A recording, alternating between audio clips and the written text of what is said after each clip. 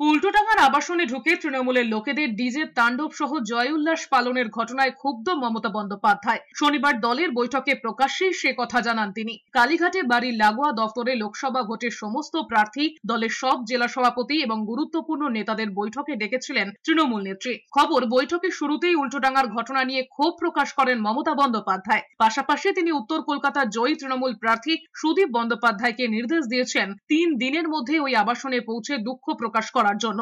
মমতা বন্দ্যোপাধ্যায় এও বলেছেন, ওই ঘটনা যারা ঘটিয়েছে তাদের দলের তরফে শো কজ করতে হবে।